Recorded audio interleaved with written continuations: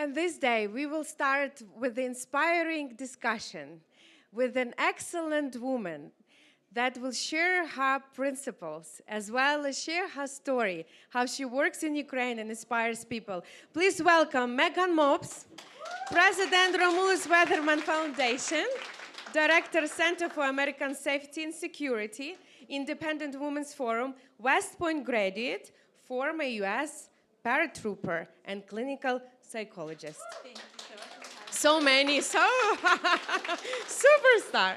And I would like to invite also the Ambassador John Herbst, Director at the Atlantic Council Eurasia Center, who will moderate this discussion. Thank you. Okay, works. Okay. Meaghan, it's wonderful to have you up here and for the crowd to listen to you, have a chance to listen to you. You've done some exceptional humanitarian work in Ukraine since Moscow launched the big invasion almost 3 years ago. Why don't you tell us, given your background, how you became interested in this and what you've done? Well, first off, thank you so much for hosting me, for having me. It is a pleasure to be with everyone, to be having these conversations in different spaces, in different venues, in different formats, because I think it's imperative that all of us are having these conversations in a variety of different capacities. So it is a great honor to be able to have that here today with all of you. So it's a bit of a unique answer for why I got involved, but the 82nd Airborne Division. And for those of you who don't know, it's a very storied division in the United States Army. It was made famous during World War II for the Battle of Normandy, Operation Market Garden. And my love for Ukraine began when my dad commanded the 82nd Airborne Division when I was 10. It was 1997, and we were asked to present on a country. And I chose Ukraine. And I obviously didn't know my future at the time or the future of Ukraine, but I fell in love with the research with Ukraine then, and decided at some point in my life I would do something with Ukraine. But then I went to West Point, I became an Army officer, I became a clinical psychologist, I've done many different things, and then I was a senior policy advisor for then candidate Glenn Youngkin, who's now the governor of Virginia. And I was standing in our policy shop, and I was watching Afghanistan fall. And I'd served in Afghanistan as well, and I had sat across from people and told them, we won't abandon you.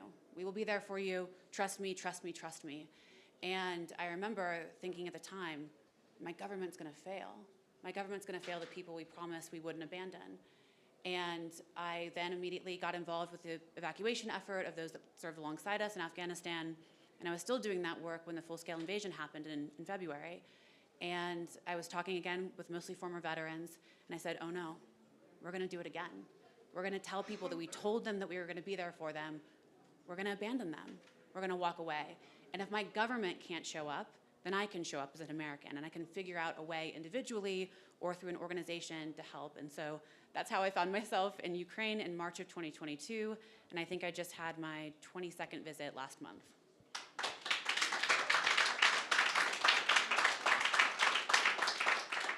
I told you were going to enjoy this.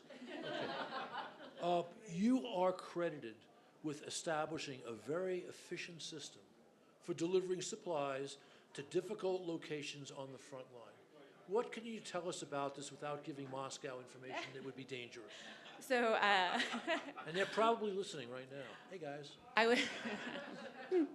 I have some other words besides hey guys, but I won't say them. Well, I was an Army logistician. So I was a logistics officer, and like I said, served in Afghanistan. And I realized very quickly that the majority of people were going to look at Poland as the opportunity or the location to geographically push in supplies or equipment into Ukraine.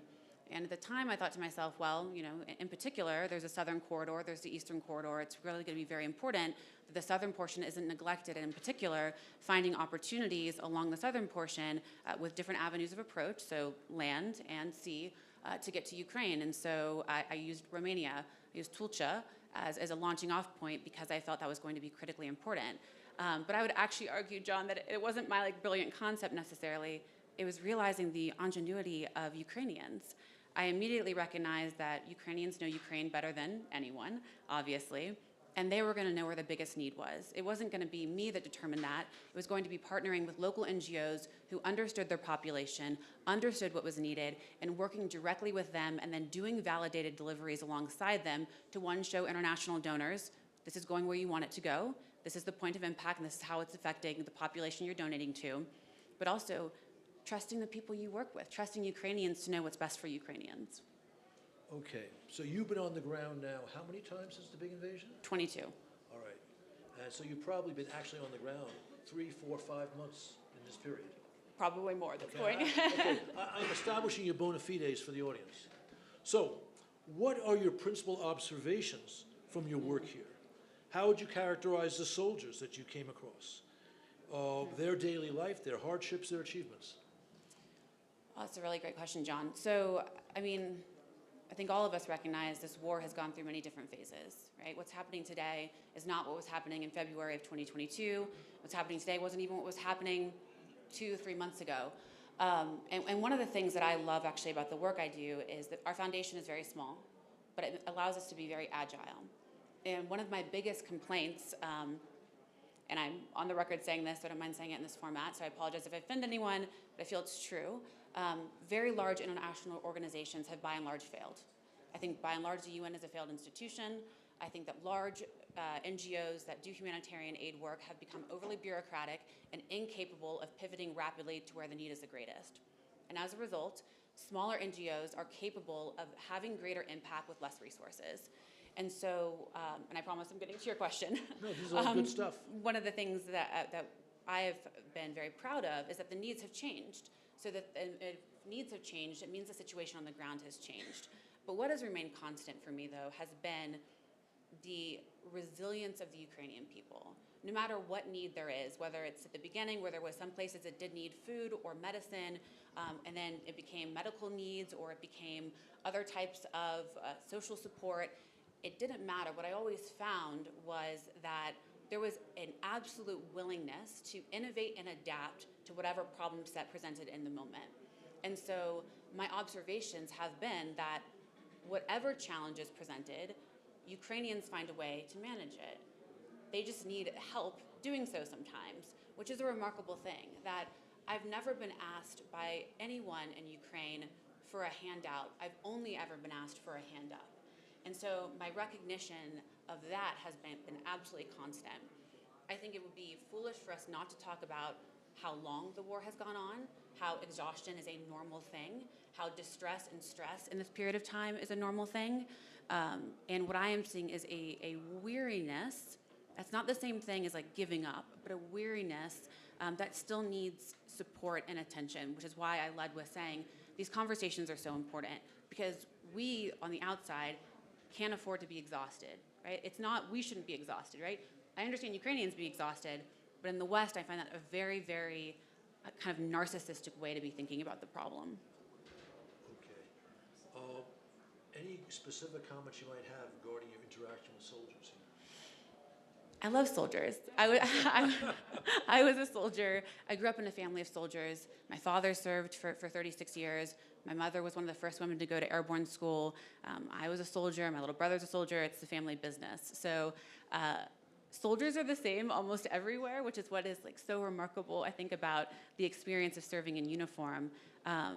And so my experience working with soldiers, and we do some medical treatment with soldiers, and in particular, we do actually a lot of work with foreign volunteers. So there are a surprising number, and maybe many of you are aware of this, of foreign volunteers fighting in Ukraine that have said, I want to stand alongside my brothers and sisters in arms and I'm gonna fight. There's a lot of US veterans that are fighting. And so my interaction has been both with Ukrainian soldiers, but also with these foreign volunteers who felt extraordinarily called to fight in this fight. And again, what I find with them is what I find of all soldiers. They have a wonderful sense of humor, oftentimes very dark and dirty. It's true of any military. They want to fight for their country, but more importantly, they want to fight for the people to their left and right. And that really matters. Like, yes, country is important, values are important, so it's not to say, like, this is certainly not a commentary on sovereignty or independence or anything like that. It's more that when you are fighting alongside someone, when you are in combat, the most important thing is the person to your left and right. the trust that you have with them, the belief that they're going to do the same for you that you would do for them. And that is so critically important as Ukraine thinks about its presence, but also its future, the bonds that these soldiers have formed alongside one another. And that's true of also the foreign fighters who have fought alongside them as well. And I can't tell you how many foreign fighters I know that Ukraine is now their home. They will never leave. And it's why I was very excited to see all the work that was done helping elevate the foreign fighters or foreign volunteers to allow them to have citizenship, to allow them to potentially serve as officers, because they feel similarly called to serve alongside their brothers and sisters. As you know, people in Ukraine are very concerned about about a policy. Oh, sorry, John. American policy. I did it too. American policy towards the war in Ukraine, Russia's aggression in Ukraine. Have these American soldiers who fought here as volunteers had any impact, in your opinion, on the debate in the United States? I wish it was more, honestly, John. So we brought some of the foreign fighters to the Hill last January during the fight for the supplemental. We brought actually some of those that were wounded fighting, and then we also brought some of the families of the fallen to come talk about their experiences. And I think because there is still, quite frankly, a pervasive lack of understanding of why someone would effectively be a double volunteer. They volunteer for the US military, and then they volunteered again to fight in a war that, quite frankly, does not look like our wars. So anyone that served in Iraq and Afghanistan, woefully unprepared for the fight that's happening in Ukraine. Outside of some reconnaissance type work, outside of some sabotage type stuff, sure, maybe some special operations capability, we have no conceptualization in our veteran population of the type of war that's being fought. And it has been extraordinarily important to me that we leverage the experience of Ukrainians, and that isn't to say, like, it sounds very Machiavellian, and I certainly don't mean that as like a kind of a blood token, but I think that we need to demonstrate the fact that Ukraine has the most combat-effective, combat-exposed fighting force in the world.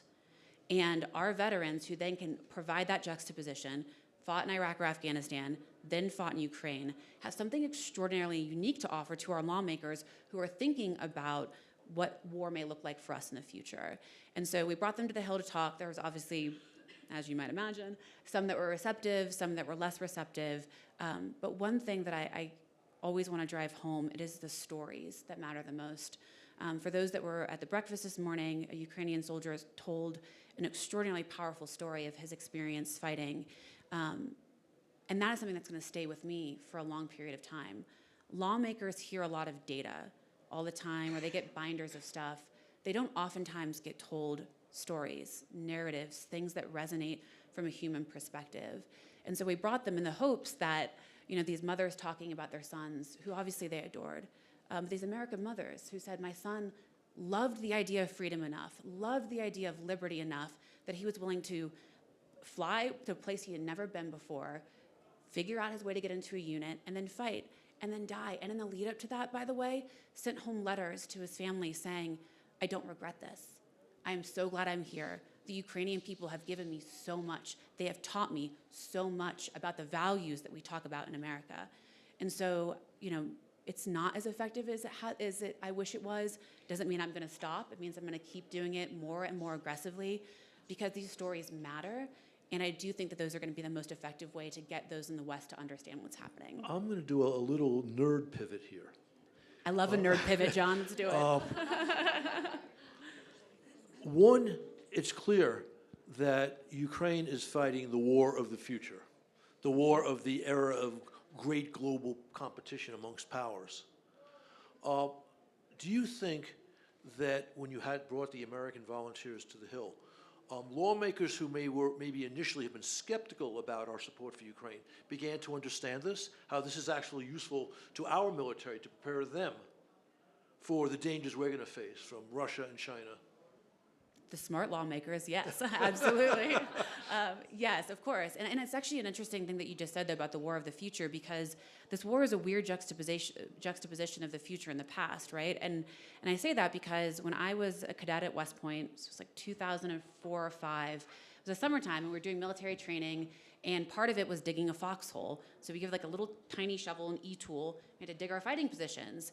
And I remember just like, absolutely talking about, soldiers across the world complaining. Soldiers are excellent at complaining. We are like world-class at complaining to the person next to me, digging their fighting position, saying, well, this doesn't matter anymore. Why are we digging foxhole into defensive positions? We're not going to fight the Russians. This is a thing of the past. It's IEDs now, and that's what we should be focused on. Boy, how wrong I was. And this war is this mix of past tactics and operational kind of conceptualization with rapid innovation. We are not prepared for that. Our defense procurement isn't prepared for that. We are not doctrinally prepared for that from a very nerdy, true doctrine perspective. We're not prepared for that. I think that it's becoming more widely known and accepted. What I hope, though, is that us trying to develop that all in a vacuum is very short-sighted, and my hope is that we bring Ukraine in to provide that expertise, or we look at Ukraine as what it should be, which is a place where we should be learning all these lessons alongside our partners. Okay, I'm going to go a little bit deeper into this pivot. One thing that's clear is that an important reason for Ukraine's, at this point, still successful defense has been their remarkable development of technology, especially with drones. Clearly, there are some people in the United States who understand this. But again, coming back to your delegation on the Hill, among those skeptical of American aid, are some of the smart ones understanding this too, that we have a lot to learn and are gaining that knowledge from this war? I mean, absolutely. So say that they are learning that. The problem is, though, this goes back to there is a bureaucratic malaise in our Department of Defense. There is substantial challenges related to how we have thought about procurement, how we have thought about innovation, and the ability to make, and this is where it is so remarkable that what Ukraine is doing is because, again, I said it earlier, the problem is changing rapidly. So there is no stagnation. There's no opportunity to wait for industry to catch up. I think someone said it earlier that they don't have the luxury, Ukraine does not have the luxury of waiting for a perfect 10, which is oftentimes what our defense procurement is. A 6 or a 7 is good enough. We're going to figure it, we're going to implement it, figure it out, retool if we need to, and or it's going to be obsolete in 2 weeks anyway, so we're going to have to innovate again. That we do not have that capability in our military. And if we don't begin to rapidly understand that innovation and acquisition has to be overhauled completely, quite frankly, we're going to be in a very, very bad place. Okay, jumping back to job one, what you're doing here on the ground. Have you been able to work effectively with civilian and military authorities? Are they part of your network, in effect, or are they someone you sort of just go around? No. Well, I would say never go around the people you need the most, right? Well, that's true. That's true. No, I think it's... Unless you can get away with it. Yeah, well, not in my world, John. No, I think collaboration is key. I mean, there's always reluctance and resistance, right? I mean, anytime you have a foreign person coming into a country at war, trying to say, I'm here to help, without having language experience, unfortunately, I'm terrible at languages, there's going to be skepticism. And also, quite frankly, there was a huge misservice done to many Ukrainian entities at the beginning because there was a lot of Westerners that overpromised and underdelivered. And they came in and said, I'm going to do this for you, I'm going to do this for you, and then they never did.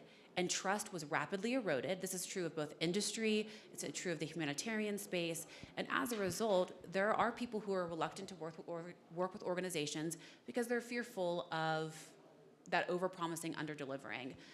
But collaboration has been incredibly important. I mean, there's people in this room that I've collaborated with on a number of different things who've been extraordinarily supportive because they recognize the necessity of sometimes finding friends in unusual places.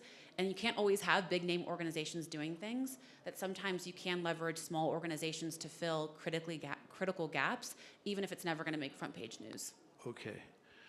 You've been able to get things done here because you have also a substantial base of support in the United States. How did you find the means to set this in motion, and where have you found the supplies that you've been delivering? So I could not do any of this without the two founders of the Weatherman Foundation, Bess and Andrew, who are extraordinary patriots and Americans, and actually who turned to me when Afghanistan was falling and were like, Meaghan, help. And then when the invasion happened in 2022, I turned to them and I said, Bess and Andrew, please help. And they have been remarkable in their willingness to give of their own personal capital to help do all of these different things. And Bess Weatherman is a pioneer, kind of glass ceiling shattering woman in the innovation and medical healthcare space. And so when we kind of determined that medical was going to be one of the biggest needs, we were, speaking of networks, able to leverage our network. I think oftentimes we were afraid to ask for help. I know coming from a military background, asking for help was not something that was kind of cultivated in me. But very quickly I learned that Americans, when you explain to them what's happening, when you really sit down and say, like, yes, I understand things are bad, right? Because this has been the biggest debate, right? Which is that Americans don't want to support Ukraine, or maybe some Americans don't want to support Ukraine. Americans hate a bully. More than anything, Americans hate a bully. They love an underdog. They also want fairness. And when they are explained what's happened to Ukraine and the Ukrainian people, they realize Russia is a bully. They realize the fundamental unfairness of what's happened. And they realize Ukraine, by virtue of its size, is an underdog. And they want to help. Maybe not ever at the scale that we would all like them to, but most Americans, when you spend that time talking with them, rapidly understand what's happening and then are willing to help. And so I've gone to corporations and sat down with their philanthropic offices and said, please help. This is what we've done. I've gone to city governments, I've gone to state governments to help, and by and large, most people are willing to say yes. It just took kind of the courage to go forth and ask. Okay. Let's move from the specifics of your operation to the geopolitics of this war. Russia began its war not 3 years ago, but now almost 11 years ago.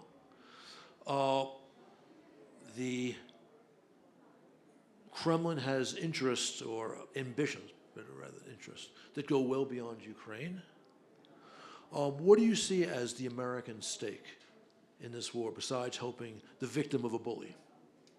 Well, I think this has been something that I've tried to tout time and time again, which is that actually supporting Ukraine is the most America first thing that we could do. In terms of, and that kind of conceptualization, and again, someone said it this morning, that America first does not mean America alone. And I think the other phrase I hear quite often is nothing for Ukraine without Ukraine, and I would say nothing for Americans without Americans.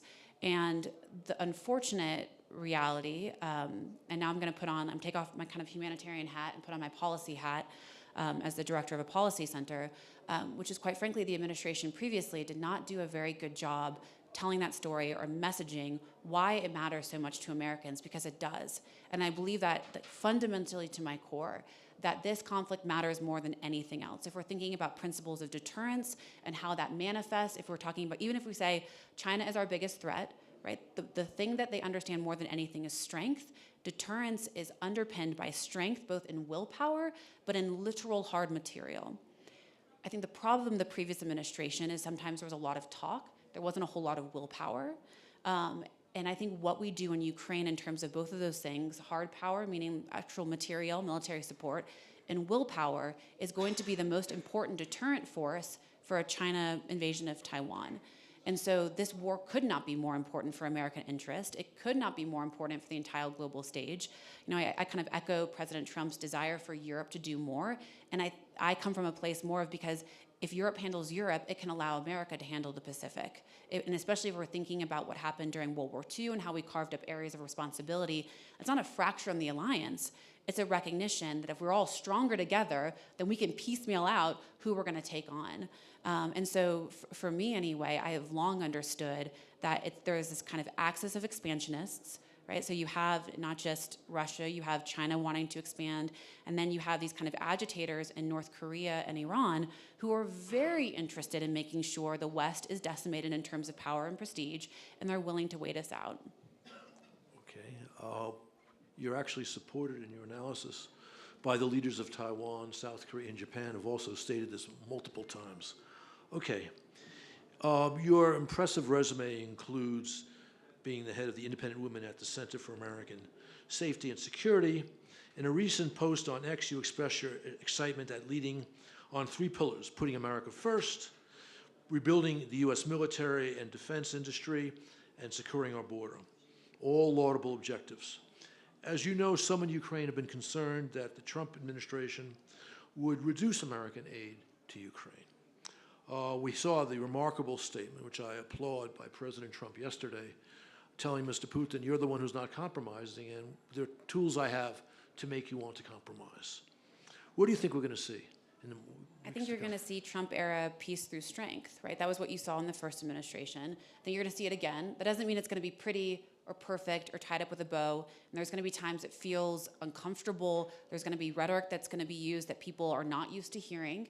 But quite frankly, I think many people are tired of politicking without action. I think people are exhausted from sitting around and saying, we're going to do more, or we should do more, and then more never comes. And I think that what you're going to see is that move towards rhetoric matching action. And John and I were talking about this earlier.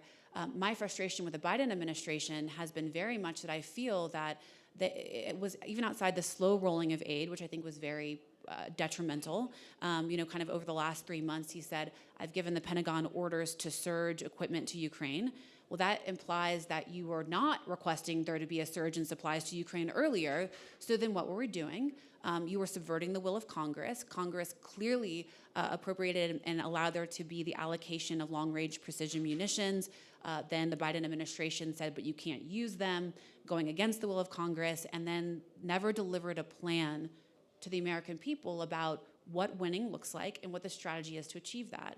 And I think what you're going to see is the opposite of that. I actually think that you're going to see the focus and the kind of lockstep nature of words and action. Again, it's not always going to be probably pretty or the way that we want. And I think the upside here for everyone is that finally action is going to happen, and it's not just going to be kind of diplomatic speak with nothing behind it. Okay, I'm going to go a little bit farther here. I agree with your criticism of the Biden team. One of the reasons, maybe the most important reason, for their reluctance to provide more weapons and more advanced weapons and timely provision of weapons is because they were intimidated by Putin's nuclear bluster. Do you think that's going to be a factor here for the new team? No. Because my feeling has always been superpowers don't worry about escalation. We are the escalation. And so my... Well, Trump did say that yesterday. And Trump has said that, and I think he absolutely feels that. So I think that you're going to see that you're going to see someone that says, we're not playing on your terms anymore. This isn't what you like. This is now my game. This is my terms, and we're going to dictate that. And for me, that is a welcome reorientation to American leadership. Okay, I'm going to do an ad lib here and ask if anyone in the audience wants to ask a question. I'll give you the microphone and identify yourself, Steve.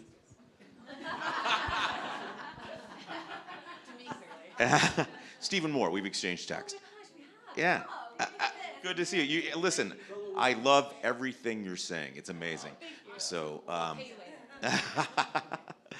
later. I'm with the Ukraine Freedom Project. I'm a former House Republican Chief of Staff in the U.S. Congress, and I came to Ukraine on day 5 of the war. And much like you, we've been to like 120 congressional offices, and we've been approaching members of Congress on the policy stuff, but also on a faith basis, because many members of Congress are evangelical Christians, and evangelical Christians are being tortured and murdered by the Russians.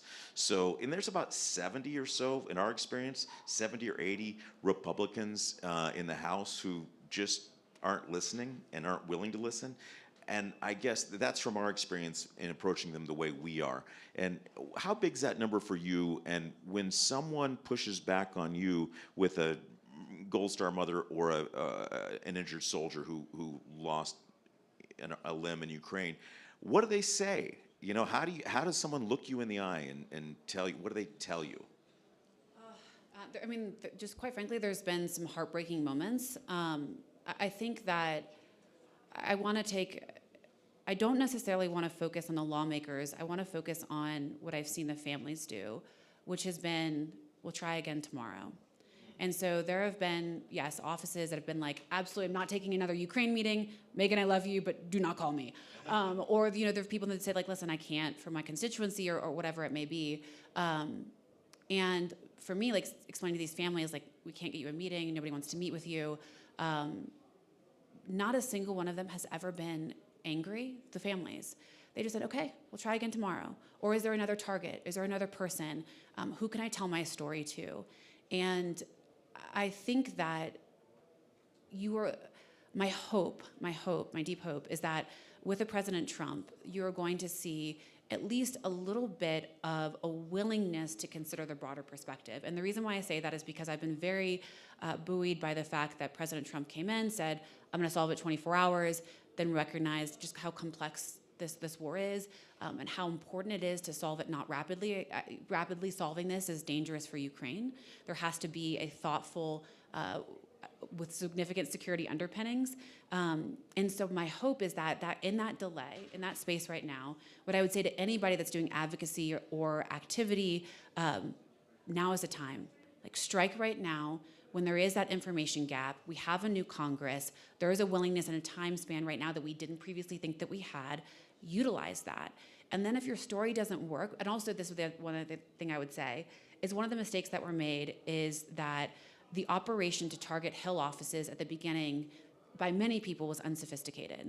And I don't say that as a criticism. I think everyone, when you're desperate, you are unsophisticated. And Ukraine was desperate. And those that love Ukraine were desperate. And so it was a shotgun blast on the Hill. We're gonna go to any office and we're gonna say any message and hope it sticks.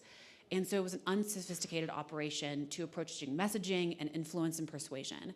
And I think what organizations need to do is be better about it. I think it's funny, in the NGO humanitarian space, I found the sharpest elbows where people are like, this is my contact, this is my space, this is my donor. And I think we need to be more collaborative. And we also need to deconflict.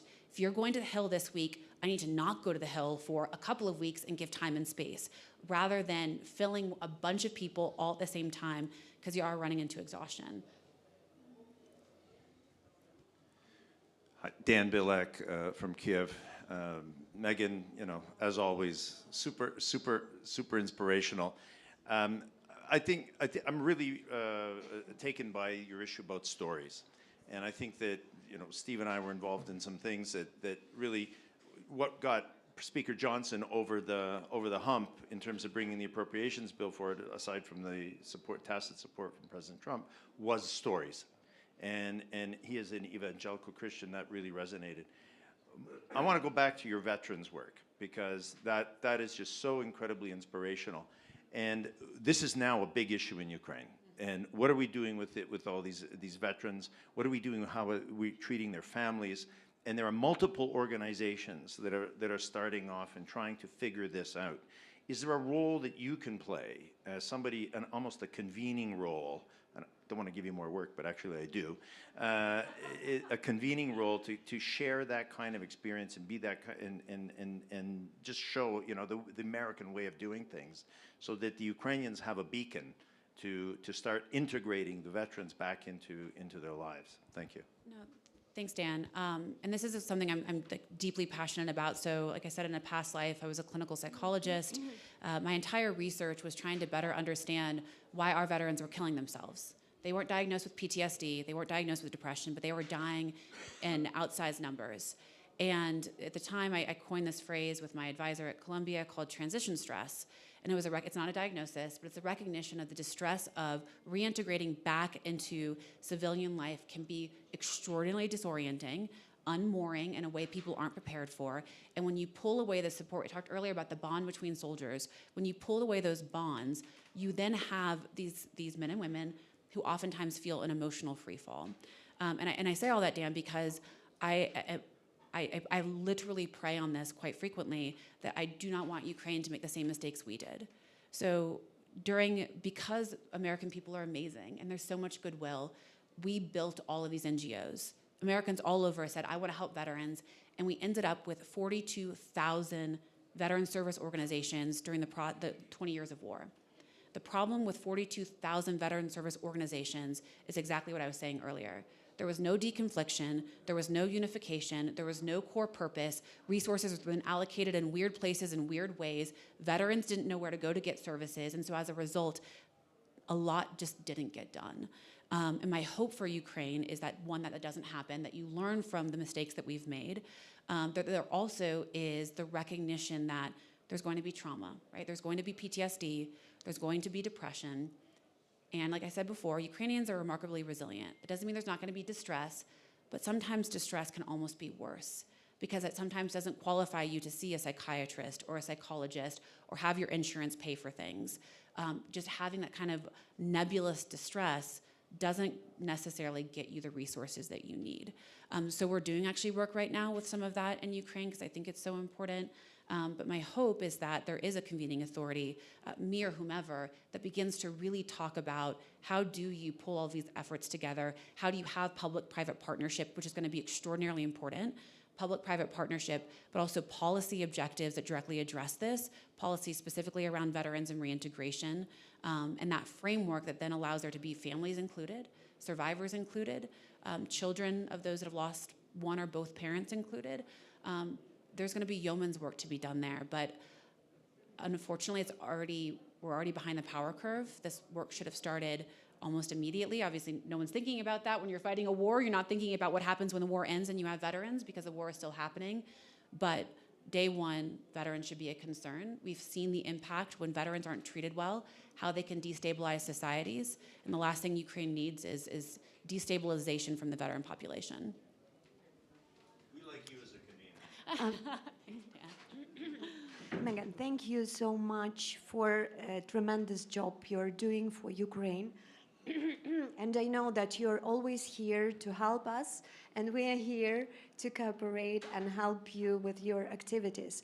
And my question is, I was listening very attentively to the speech of the new president, Trump, and I was waiting for his when he would mention Ukraine, and he was elaborating on every item of his program, of his plan, like provided details, how he will do this and when and what exactly. And about Ukraine, he told that we will end the war in Ukraine. That's it.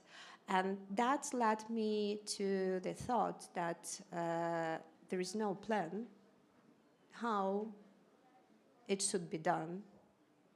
There is no timing when it should be done.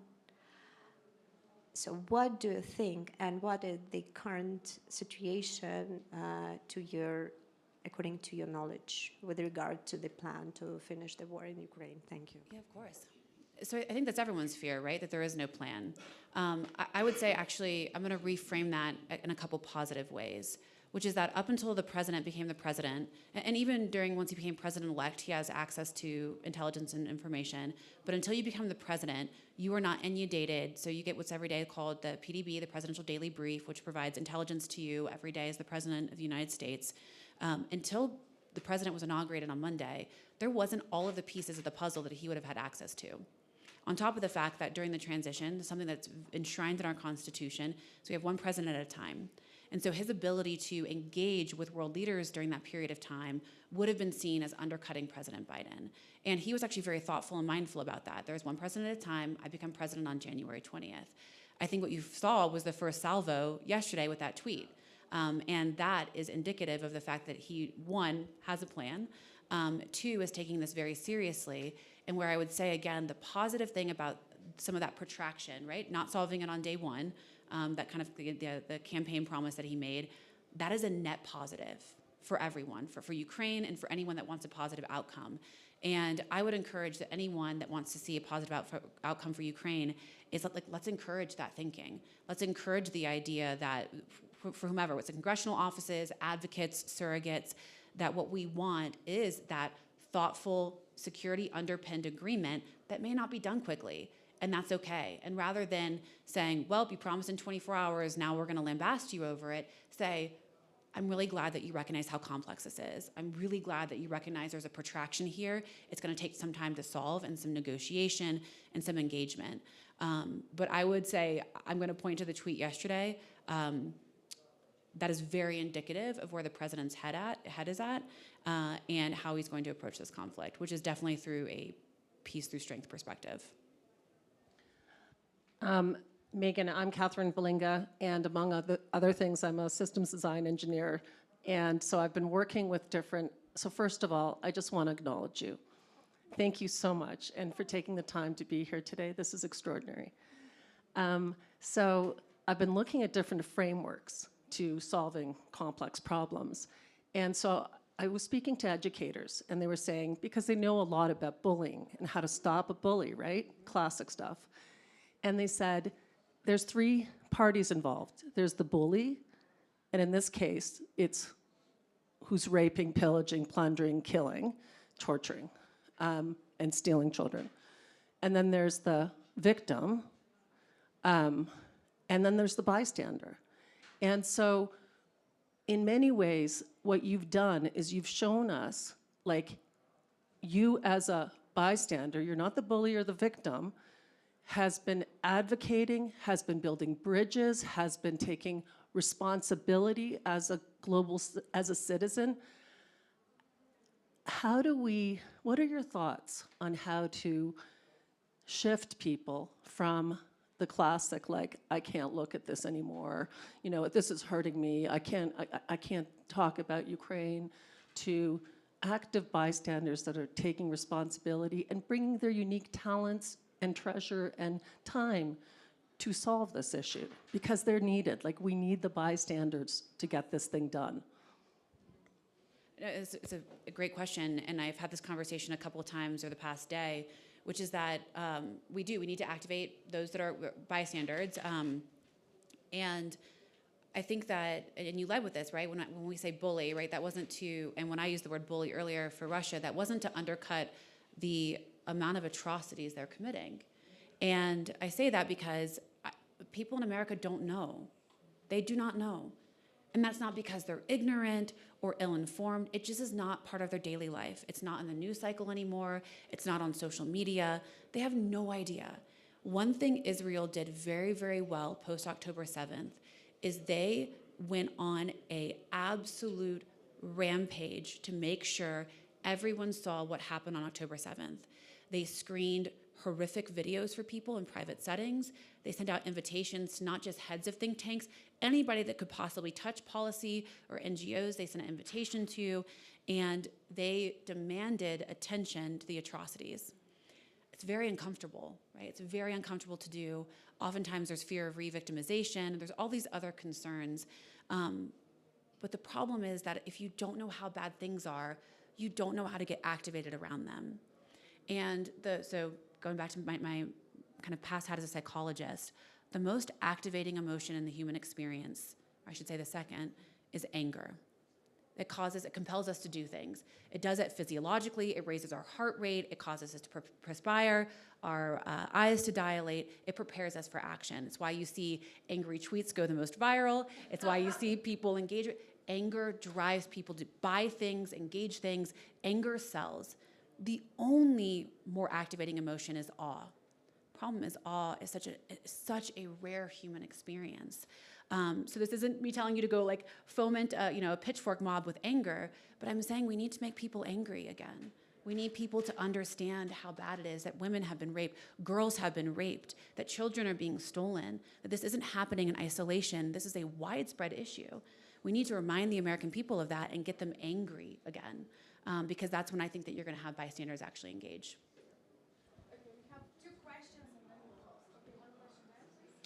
Alexandra Vakru from the Kiev School of Economics and also the mother of a future soldier.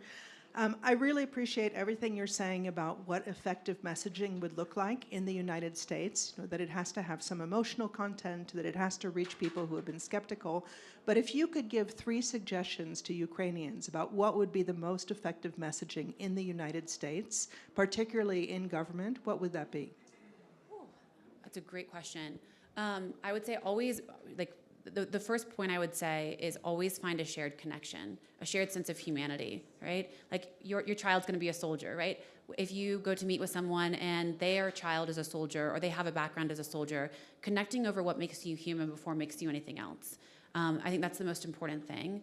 I think for many, those that need persuaded, why does this matter for America, right? If they're a soldier explaining, listen, learn from us. Learn from what is happening in Ukraine. This will help you be more lethal on your future battlefield. This will help you develop more effective doctrine. This will help you innovate technologies. So there's an emotional aspect that I think can lead to a very pragmatic, rational aspect. And then I would say always have a takeaway or an ask for the person you're meeting with, even if that ask seems small.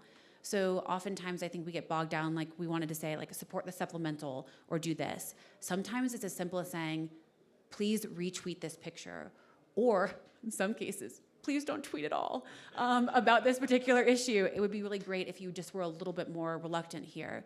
But bringing something tangible as well, a picture. So we had the mothers of the fallen American veterans bring in pictures of their sons in American uniforms and show them to the lawmakers, or the letters that they wrote from Ukraine, or images. That there was one that her son had sent home drawings that Ukrainian children had done for him. So he had sent those home to his mom, so his mom had those.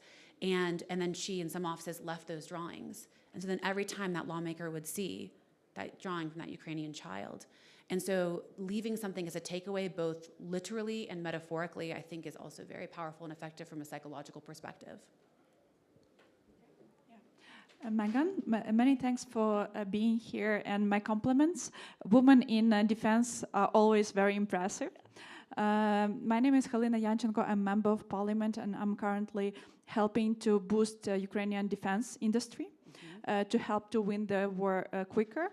And you said that a lot of people don't think what will happen after the war. Luckily, in Ukraine, people do think. There are some people in parliament, also some people in private sector. We have Dmytro Strazhov here, who is thinking about it. And one of the biggest issue that we see is that we have a lot of volunteers in the army now, 1.2 million. And a lot of people, those who became volunteers after the full-scale invasion, they don't see themselves in the civilian life anymore. They don't want to go to their previous professions. And this is one of the biggest risks that we see, the risks for security as well, that we see after the war. So one of the provocative questions that I want to ask you, what's your take on private military companies to keep those people structured, transparent, and to keep them useful? For example, to go and share Ukrainian experience, to train troops, to help with some, I don't know, operations, but also, for example, to do demining in Ukraine? What's your take? Of course. So one thing I want to lead with about defense production in Ukraine is, during World War II, America touted itself as the arsenal of democracy. I think Ukraine has the opportunity to become the arsenal of democracy in Europe, and I think taking up that mantle is going to be extremely important, and the ability to continue to produce and develop is going to be a huge thing. To your point earlier, and that's what I was getting at when I was talking about distress in our veteran population, and when I coined the term transition stress, it was loss of identity. Right? They have been cultivated as a soldier, and it's a very methodical process, right? For our military, you go in at basic training, you're given an identity, a purpose, a meaning. You're actually doing it during the period which is kind of the most expansive from a conceptualization of self.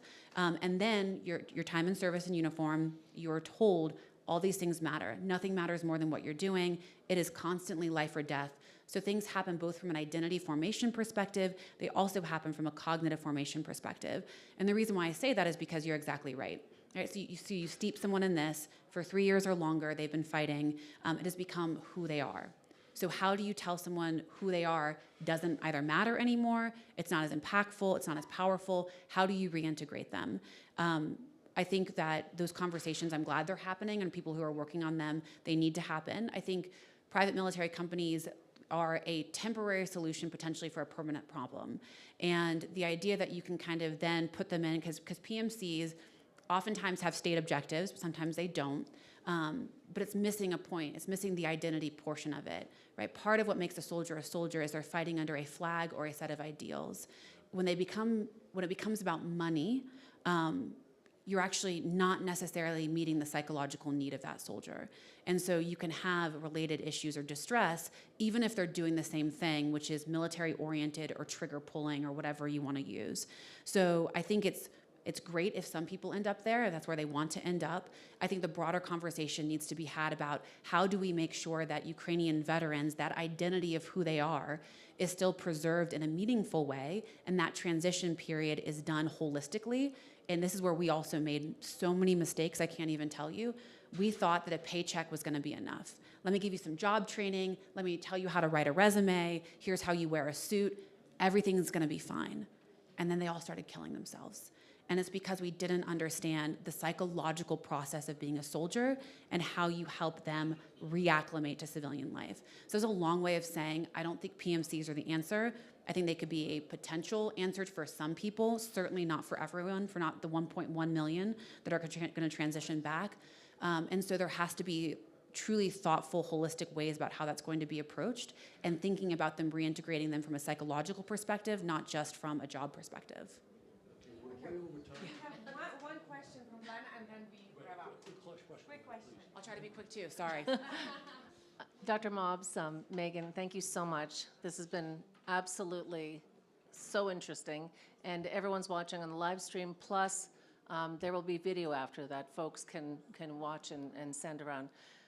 You mentioned about stories, about the story that touched you deeply from the breakfast. And I'd like you to leave us with a story, because I have read a great deal about the work that you've done, bringing home Americans whose lives have been lost in Ukraine, and making sure, leaving no stone unturned to find them, even if it takes months or years. Please share with us a story about that, because I think it's so important for everyone to hear. Thank you. Oh, thanks, Lena. Gosh, I wish it was not me sharing these stories, because I feel it's the responsibility of the parents. But I will share a story of how we found out how we got into this work. So real fast, there are many foreign volunteers that come to fight, don't necessarily always fight under contract. As a result, if they're killed, there's no way to get them repatriated. And then in some cases, if they are under contract, units don't always have the resources to find them, or it's a contested area. It's kind of a whole complex issue that I don't have the time to get into. But I was a Tillman scholar. So that Pat Tillman was a famous footballer that volunteered to fight in Iraq and Afghanistan, foregoing a multi-million-dollar contract during our global war on terror. He was killed.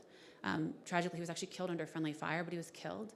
And a foundation was built up around his name to help inspire the next generation of veteran leaders. And I had the extraordinary privilege of being a Tillman scholar. And actually, this is when I took my dad to Ukraine. One of the other things we do is we take people who are influential or who are going to be meaningful into Ukraine to really be able to talk about it. And I took him out to a safe house out in Kharkiv. And we're sitting there as another American fighting. And I'm like, this is what I want to talk about. This is a conversation. He was like, great. We had the conversation. We left. And I get a message from him. And he says, Meaghan, have you heard of Grady? And I had heard of Grady because Grady was also a Tillman scholar. And I knew he had been killed in April of 2022. And this was now fall of 2022. But I hadn't realized he hadn't been found yet. And he said, we were given this mission to go try to find his remains. We couldn't. We got pulled for something else. Do you know anybody in this area? And then he sent me a grid coordinate. And I said, no, but I will find him. I will find a way. And so it's going to make me emotional.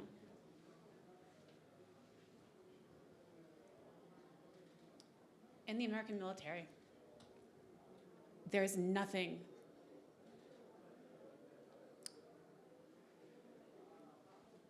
more important than returning home those that die fighting. And I said, I will find a way to bring him home. But it wasn't just me. It was actually my Ukrainian team that made sure we found him, thank you, and got him home.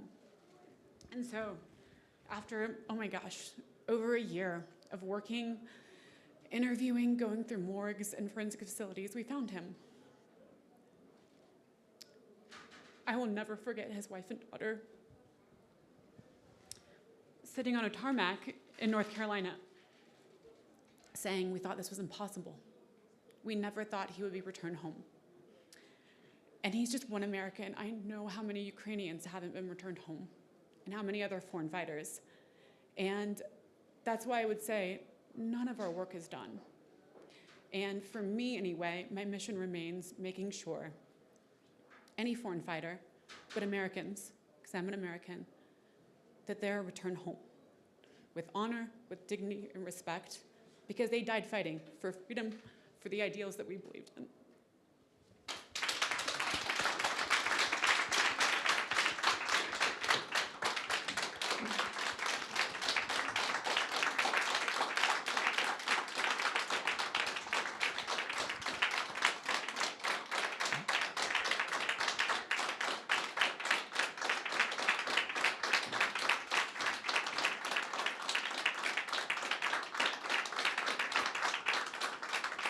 That was outstanding, and the ending poignant. So thank you for this. Thank you, Ukraine House, Liana, your team, for hosting us. Thank you. Thank you.